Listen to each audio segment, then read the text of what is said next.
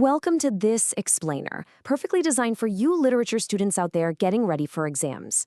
Today, we're going to build a highly memorable, rock-solid study guide by tracking the exact character arc in Thomas Pringle's incredibly intense poem, The Slave Dealer. We'll be focusing heavily on how you can extract top marks by analyzing themes like divine judgment and remorse, defining key literary devices, and looking at the intense emotional shifts stanza by stanza. Okay, let's dive right into this. Grab your notebooks, because this agenda maps out the exact character arc you need to memorize. First, poem context and author, followed by the wanderer's physical toll, mental anguish, and guilt, the confession of unwashable blood, being haunted by the victim, and finally, inescapable divine judgment. We're going to follow the slaver's journey from his physical arrival to his psychological breakdown, and finally to his terrifying spiritual climax. Section 1. Poem context and author. The foundation. To score top marks in any literature essay, you've got to establish this foundation first, the historical context of the text and the author's primary agenda. Examiners want to see that you understand the why behind the poem. So let's look at Thomas Pringle.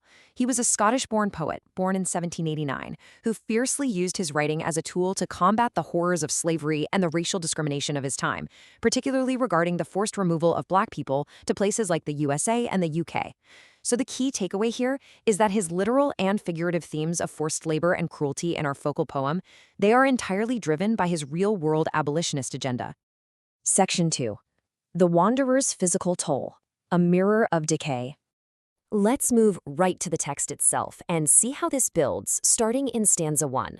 Here, Pringle introduces us to a broken man, whose outward physical appearance serves as a direct mirror of his inner moral corruption.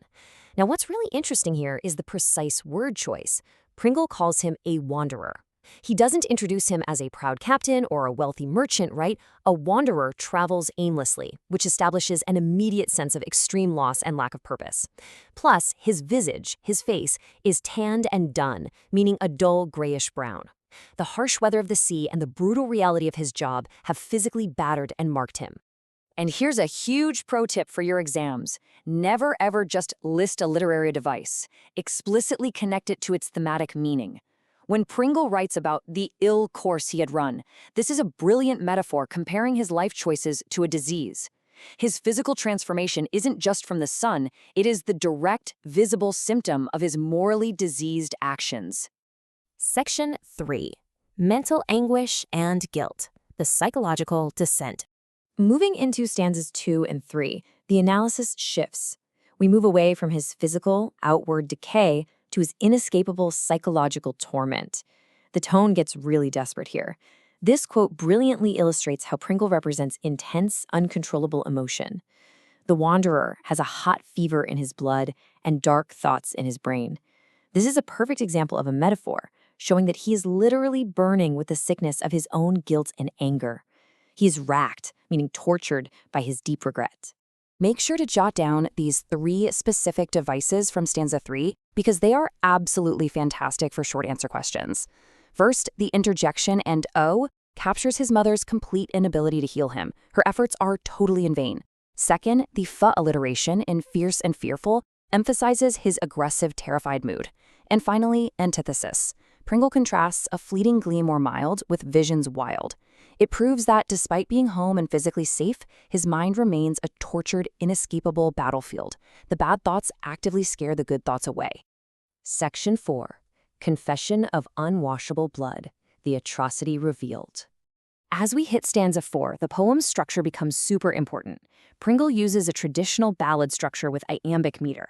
Now, I'm going to naturally speed up my pacing a bit here to match how that rhythmic, predictable heartbeat of the iambic pentameter suddenly feels frantic, violently fast, as the slaver plunges into his gruesome confession.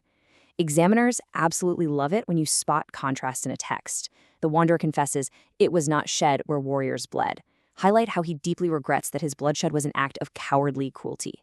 He wasn't spilling blood for his country in honorable battlefield sacrifice. He was beating helpless people who could offer zero resistance.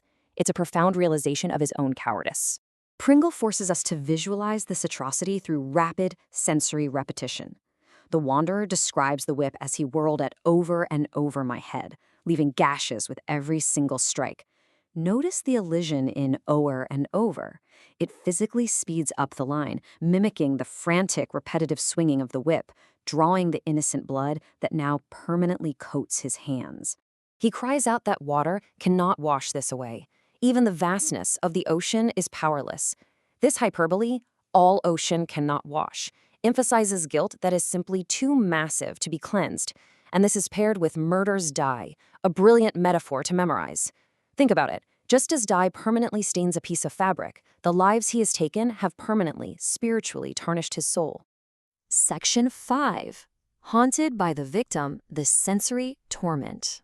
In stanzas 5 and 6, the horror moves from the physical blood on his hands to pure sensory torment. The ghost of his victim absolutely paralyzes him. If you get a question about sensory imagery, this quote is your go-to evidence. He is visually and auditorily haunted. He literally says, "Her look I see, her voice I hear." Point out how the W alliteration of the woman's wild death cry creates this horrific auditory loop. It plays over and over in his mind, and it's this exact sound that continuously prevents the slaver from finding peace or being able to pray. This leads us to a vital analytical question. His mother, who's referred to compassionately as the widow, kneels beside him. She prays he is just possessed by a fiend, essentially trying to give him an excuse for his awful actions. But we really have to ask ourselves, why are her desperate prayers completely useless? Section 6. Inescapable divine judgment, the climax. Let's slow down the pacing right here, because stanzas 7 and 8 deliver the chilling answer to that question. They bring us to the realization that human forgiveness, even from a loving mother, is entirely off the table. The wanderer shatters his mother's illusions. She wants to blame an evil spirit, but he takes full accountability. He confesses that his crimes were seen by the avenging angel, the divine entity tasked specifically with punishing wicked wrongdoers. He knows he was watched by a higher power while he committed these atrocities. And the description of his victim's final moments is just gut-wrenching. Take note of the phrase, furious heel. This is a tragic use of metonymy and personification. It reduces the dying, suffering woman to a single angry flail, a heel kicking out in desperate resistance as he brutally crushed a mortal whose end was already near. He didn't just kill her, he crushed someone who was already squirming and agonizing in pain. Her dying groan and her plea for justice were registered on high. And this brings us to the ultimate climax of the poem. The broken wanderer is utterly paralyzed by shame. He states, "And now with God I have to deal." He feels so unworthy, so completely stained by the blood of the innocent, that he seals his own fate on Judgment Day, terrified to even meet his Creator's eye. As you finalize your study notes for this exam, I want you to ponder this final question. If the wanderer is deeply tormented by genuine remorse, and we've clearly seen his feverish, agonizing guilt, is that enough to buy redemption in Pringle's universe? Or does this poem ultimately suggest that certain sins, like the absolute atrocity of slavery, are so deeply dyed into the soul that no amount of remorse can ever wash them away? Think about that as you write your essays. Good luck studying, and I really hope this framework helps you absolutely ace your exam.